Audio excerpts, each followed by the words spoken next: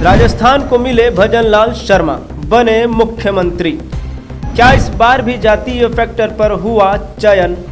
3 राज्यों छत्तीसगढ़, राजस्थान और मध्य प्रदेश से मुख्यमंत्री के चेहरे से पर्दा उठ चुका है और ताजपोशी भी हो चुकी है। मुख्यमंत्री की रेस में कई बड़े चेहरे दौड़ रहे थे, लेकिन चेहरा उसका चुना गया जिसे लोग रेस से बाहर समझ रहे थे। एक ऐसा चेहरा जो आम तो था, लेकिन चुनावी परिणाम में मिले वोटों को देखते हुए बेहद खास हो गया।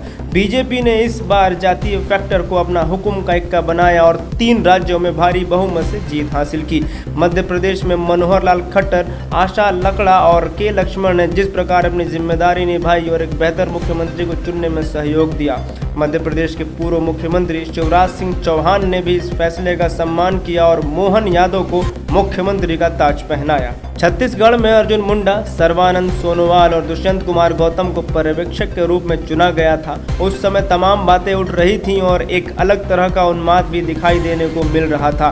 कई बड़े चेहरे जिसमें राम विचार नेताम रेणुका सिंह, गोमती साय और विष्णुदेव साय का नाम था। राम विचार नेताम की पहचान बीजेपी के कद्दावर नेताओं के बीच में होती है, जिन्होंने अपनी सीट से जीत हासिल की। वहीं अन्य सीटों पर भी भाजपा को बहुमत दिलाने का काम किया। चर्चा ये भी थी कि मुख्यमंत्री पद के सबसे बड़े दावेदार राम विचार नेताम है, लेकिन मोदी शाह की जोड़ी ने इसे बिल्कुल विपरीत विष्णुदेव साय को चुना। विष्णुदेव साय को छत्तीसगढ़ के मुख्यमंत्री के रूप में चुना गया। अमित शाह ने उस समय कहा था, बीजेपी एक ऐसा राजनेता लेकर आई है जो सांसद, विधायक और राज्य में इकाई प्रमुख रहा है। आप इनको विधायक बना दो, उनको बड़ा आदमी बनाने का काम हम करेंगे। ये वादा पूरा हुआ और छत्तीसगढ़ की जनता ने विष्णुदेव साय के रूप में अपना मुख्यमंत्री पाया।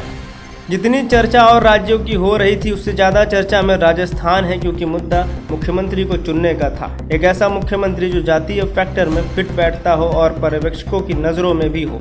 राजस्थान के लिए बीजेपी ने राजनाथ सिंह, विनोद तावड़े और सरोज पांडे को राजस्थान का पर्यवेक्षक बनाया था। सबसे बड़ा चेहरा बीजेपी के रक्षा मंत्री राजनाथ सिंह का ही था, क्योंकि वसुंधरा राजे की बात थी। बात 2012 की है, जब सीएम पद को लेकर चुनाव से पहले एक खींचातान शुरू हो गई थी और बीजेपी के 79 में से 63 विधायकों ने इस्तीफा दे दिया था।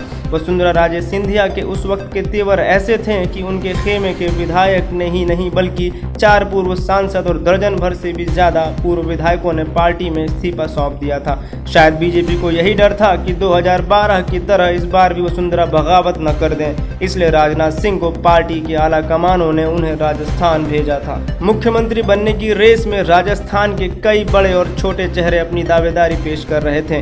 राजस्थान में भाजपा को बड़ी जीत हासिल हुई है। पार्टी को 199 में से 115 सीटों पर जीत मिली है।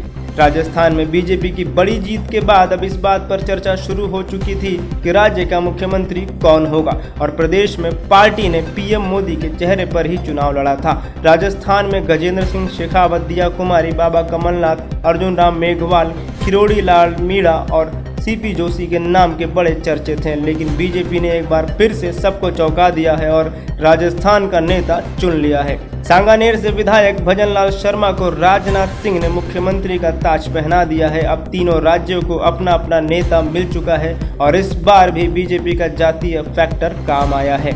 आने वाले लोकसभा चुनाव में कौन सा फैक्टर होगा, क्या होगा शाह मोदी का प्लान, ये देखना अभी भी बाकी है। आपको क्या लगता है 2024 में कौन आएगा और क्या होगा factor? Bureau report, my Bharat. देश का सबसे बड़ा राज्य उत्तर प्रदेश, देश की राजनीति का सबसे बड़ा अखाड़ा, माय भारत बनेगा आम जनता की आवाज। अब होगी हर खबर की जमीनी पड़ताल। जुड़े रहिए सिर्फ माय भारत के साथ।